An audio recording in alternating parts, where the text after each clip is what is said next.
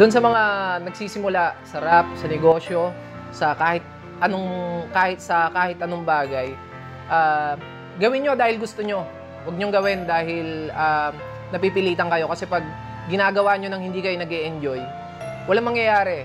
Siya ay nakilala bilang rapper at most viewed battle MC sa liga ng Flip Top at ngayon ay isa sa mga tinitingala at hinahangaan ng marami dahil isa lang din naman siya sa mga rapper na nabago ang buhay ng dahil lang sa pagrarap. Kaya ang tanong ng marami ay gaano na ba siya kay Aman ngayon? Tara pag-usapan natin. Sino mag-aakala na ang dating tambay at sakit sa ulo ng kanyang mga magulang noon ay magiging isang milyonaryo pala? Ito nga ang kwento sa likod ng kamera ng nag-iisang sinyo at paano niya na-achieve ang payak na pamumuhay na inaasam lang ng karamihan. Pero bago tayo magpatuloy ay shoutout muna sa nag-suggest ng video na to.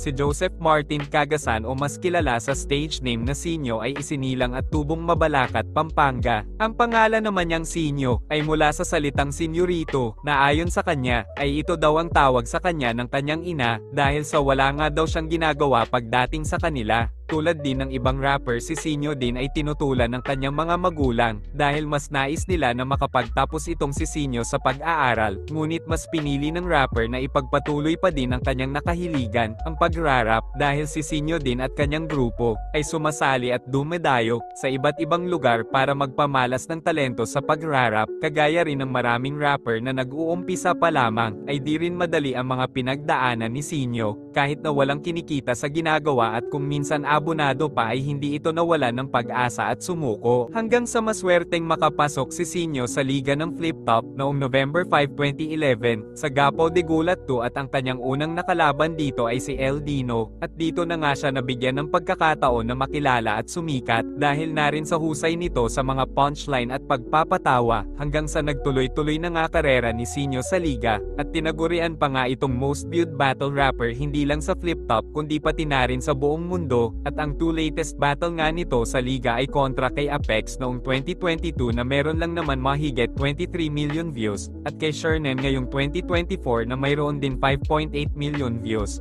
Kaya kung pagsasamahin lahat ng naging battle nito, ay nakagawa lang naman si Sinyo ng 398 million views sa kanyang 23 battles sa Flip Top. At habang tinatamasa nga ni Sinyo ang kasikatan, ay sumubok ito ng iba't ibang negosyo kagaya na lang ng Tapsihan Vape Shop at ngayon may sarili na rin siyang clothing brand na Real Jokes na nagawa naman niyang mapalago. Sa dinami-dami nga ng pinagdaanan ng rapper ay ang tanong ng marami ay gaano na ba kalaki ang kinikita nito at gaano na siya kay Aman ngayon. Simulan nga natin sa kanyang main source na Real Jokes Clothing. Ayon sa rapper, nagsimula ang kanyang brand sa 25 pieces noong 2013 at agad naman itong na sold out pagkatapos ng kanyang laban kontra kay Aklas at nagpatuloy pa nga ang paglabas ni Sinyo ng iba't ibang design na tinangkilik naman ng kanyang mga fans na hanggang ngayon nga ay mabibili ang kanyang clothing brand na Real Jokes sa iba't ibang online store kagaya na lang ng TikTok. Meron na nga din siyang mga resellers at sariling clothing shop, kaya naman malamang ay nakakabenta na ngayon si Sinyo ng libo-libong piraso nito at kumikita na ngayon ng 2 to 5 million per month. Hindi pa nga kasama dyan ang mga bayad sa kanya sa mga battle na nagkakahalaga din ng 300,000 hanggang 500,000 kada laban. Nakapag-ponder na nga din si Sinyo ng kanyang sariling bahay at mga sasakyan at nakakapunta na sa iba't ibang bansa kasama ang kanyang pamilya. Isa na din ngayon si Sinyo sa mga main sponsor sa liga ng Flip Top, kaya naman hindi na maitatanggi na nasa pasarapan na talaga ng buhay ang ating idol ngayon. Isa din ang kwento ni Sinyo na nagpapatunay na walang imposible sa mga pangarap basta ito'y sasamahan mo lang ng sipag at tiwala sa sarili. Kung mahilig ka naman sa mga gantong kwento ay i-follow lang ang aming social media account at magkomento kung sino ang gusto natin isunod. Maraming salamat.